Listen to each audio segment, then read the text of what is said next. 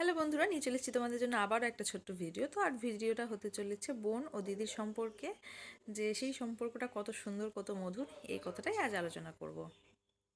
তো আশা করি তোমাদের খুব ভালো লাগবে, সঙ্গে থাকো। তো বলতে চাইছি যে বাড়িতে একটা বোন বা দিদি থাকলে সব সময় খুব সুবিধা হয়, আর সব কথাগুলো সহজেই আলোচনা করা যায়। তুমি কোথাও গেলে ঘুরতে, কোথাও কিছু হলো, কোথাও কিছু গল্প করলে, কোথাও যেতে পারছো না, বোনকে নিয়ে গেলে বা দিদিকে নিয়ে গেলে এই এই জিনিসগুলোই খুব ভালো হয়।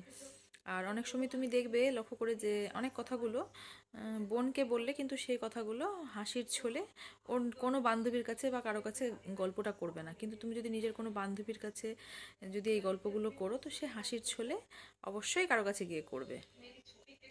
এই জিনিসগুলোই হয়। তো ওই জন্য বলছি যে একটা বোন থাকা খুবই জরুরি।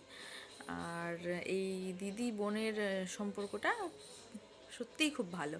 তুমি হয়তো দেখছো যে মা কিছু বোনকে বোঝাতে পারছে না, তো সেই জিনিসটা তুমি বুঝালে খুব ভালো হলো। মানে মায়েরও অসুবিধা হলো না, বোনেরও মানে শুনতে কোনো দ্বিধাবোধ হলো না, কারণ জানে যে আমাদের দিদি বোনের সম্পর্ক তো খুব ভালো, একটা বন্ধুর মতো, একটা বাড়িতেই বন্ধু রয়েছে।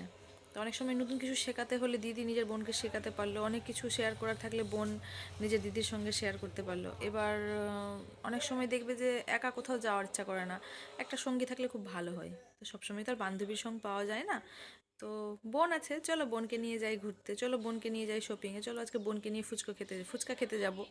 তো এই ধরনের ঘুরতে যাওয়া আর কিছু খুব ভালো লাগে। তো এই জন্যই বলছি যে প্রতিটা বাড়িতে দিদি বোনের সম্পর্কটা থাকা অবশ্যই জরুরি। আর আশা করি যারা আছো দুই বোন বা তিন বোন, তাদের সম্পর্কটা অবশ্যই ভালো হবে। যদি ভালো হয়ে থাকে তাহলে কমেন্ট করে অবশ্যই জানিও। তো ভিডিওটা আর বেশি লং করছি না, আজ এই পর্যন্তই, আবার আসবো নেক্সট ভিডিও নিয়ে। সবাই ভালো থেকো, সুস্থ থেকো, টাটা, বাই বাই।